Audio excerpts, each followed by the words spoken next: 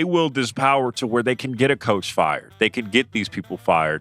And then you look at their resume, the talent's there, but they haven't really done anything.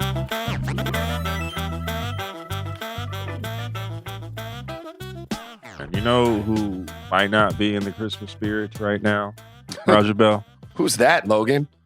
Oh, you want to know, Raja? Guess who's not? Know.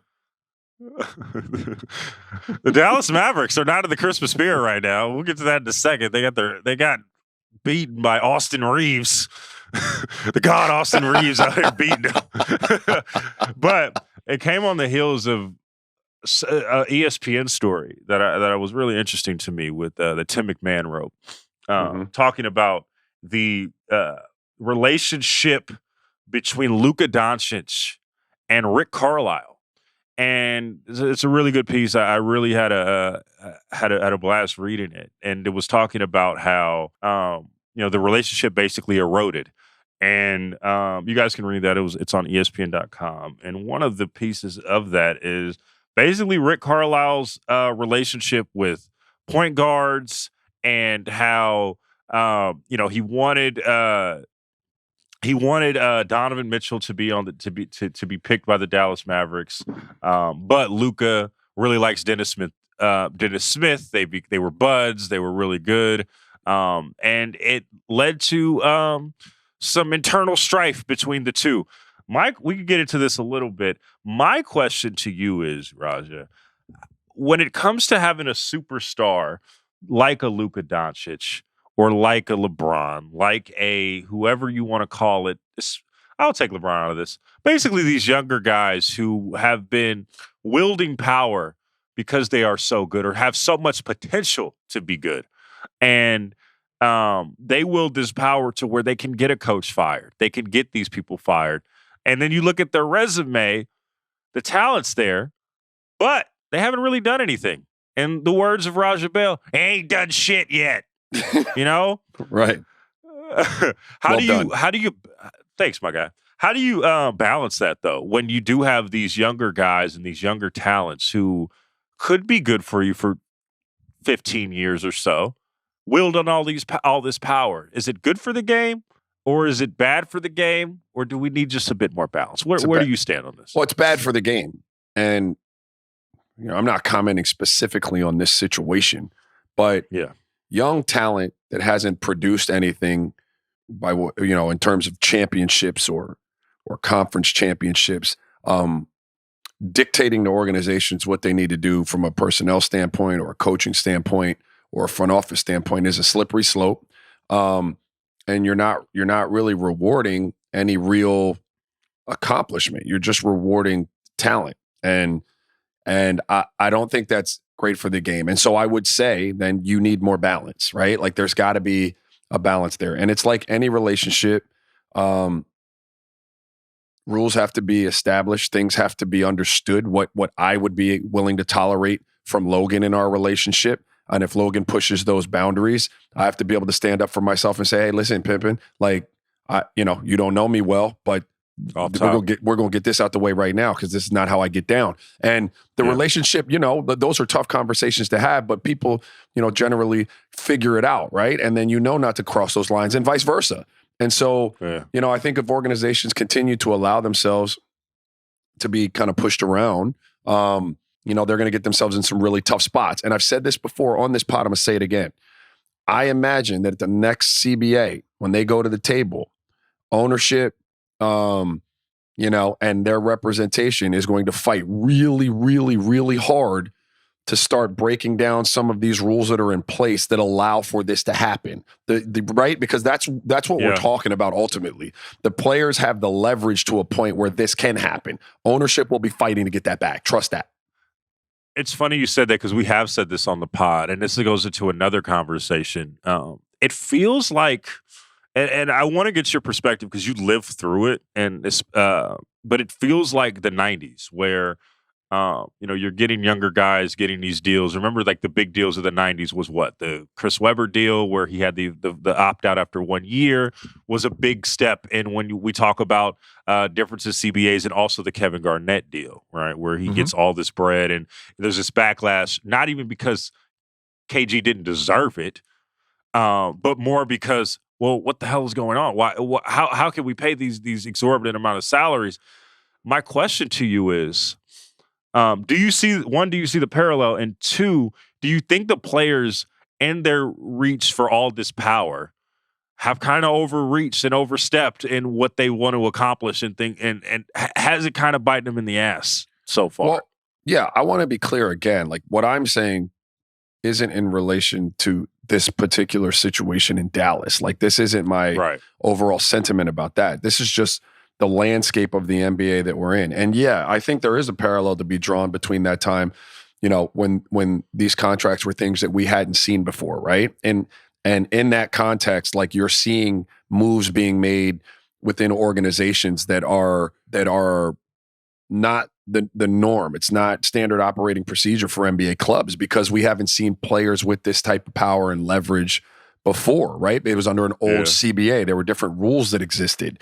And so I'm always for player empowerment, right? Like as a former player, I'm for getting as much money as you can get, fully guaranteed at all times, and using whatever leverage you have to have someone, move or, act in a way that you deem beneficial to you. Because if those leverages are in place, then use them.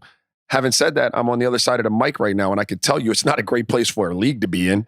Like that's not something that ownership and business is going to look at and be like, yeah, we really love this. And so they have overstepped because you're putting ownership in a position where they don't like what's being done to them, and they're going to try to fight back. It's your right to do it. I support you doing it. But again, ownership has been bitten in the ass too many times now, and they've been, how many players lately have put ownership's feet to the fire and said, yo, trade me or it's a wrap. And trade me here or I ain't, or the leverage that they have is going to have some kind of reaction from, or it's going to cause some sort of reaction at the next CBA from ownership. And it's funny you say that, and I do want to get back to just some of the pieces real quick because I do think it's interesting. I do want to get to the piece, but before we get to that, I do want to I'm with you with the player empowerment thing, right? Like I don't want the NBA from a standpoint to be the NFL, for instance, right? Where you can just cut bait, bro. Like, no, these are people's lives at stake, right? Yes. But what I would like to see is both sides coming to the table and realizing, no, this is a partnership, bro. Like all of this works because it works, right? And I feel like there could be a better solution if everyone just works together, right? Where you did reference players going out and saying, "Nah, I'll retire if I don't get what I want." And it's like, no, it's not. That's not how this goes. That's not how we all run a business. Because at the end of the day, that's what this is. It's a business. And yeah, no, go ahead. I mean, but I just want to say, because when you negotiate, you expect, like, first of all, you don't know everything that you put in place, right? Like, I get more percentage of the BRI, the basketball related income, as an ownership group. Yeah. And for that, I have to make a concession to the players in terms of, I don't know, length of contracts or what have you, any other thing. But in the process at the time, you may not be able to foresee, how a player that's not operating in complete good faith would use that against you, right? And so you wind up in these spots. And I think a lot of times when they're negotiating, they think that, okay, we'll make this concession, you guys will give us that, and then both sides will operate in good faith moving forward. And it doesn't always work like that. It's funny because it's like it all goes back to the decision, right? Because the CBA, the lockout immediately following the decision tried to push the power back to the ownership, which was, we're gonna make these contracts shorter and we'll pay you more money to try to stay in your market.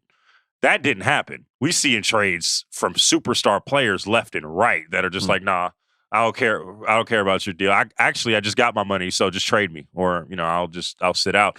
And it just seems like with these things, it's just been tit for tat, and that's union stuff, right? But back into the story, when you see something like, I think it goes back into this Luka Dennis Smith partnership, where you see a guy that is a superstar who is a young superstar, and find someone that, like a younger guy, one of your best friends, right, on the team. You've been a young guy in this situation. And where you see a guy and you're just by happenstance, y'all live together, you guys are best friends, you guys are all these things, but your best friend happens to be a generational talent who wants you on the team. When you how does that there has to be in my mind, a business aspect of that. But how do you manage that when you're a front office, right? Where you're like, nah, man, like I don't want to trade this guy because he is so close and I don't want to lose this superstar. How do you manage that as an organization, right? Where you're trying to appease somebody and like Luka, but I see your face right now. How do you what are your thoughts on this? You make that shit work. Again, we have to draw a distinction between accomplishment and talent, right? Like my only experience in a front office was with accomplishment and talent. LeBron James, right?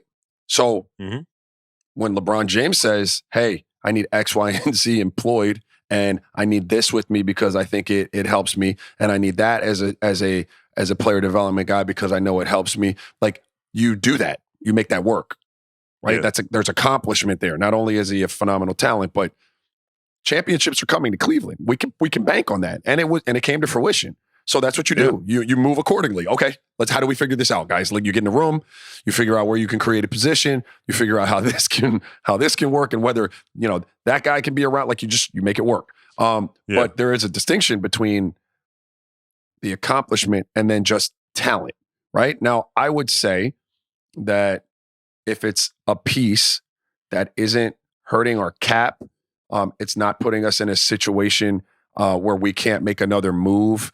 It's not an asset where if we traded it, we could get something really helpful back for that talent.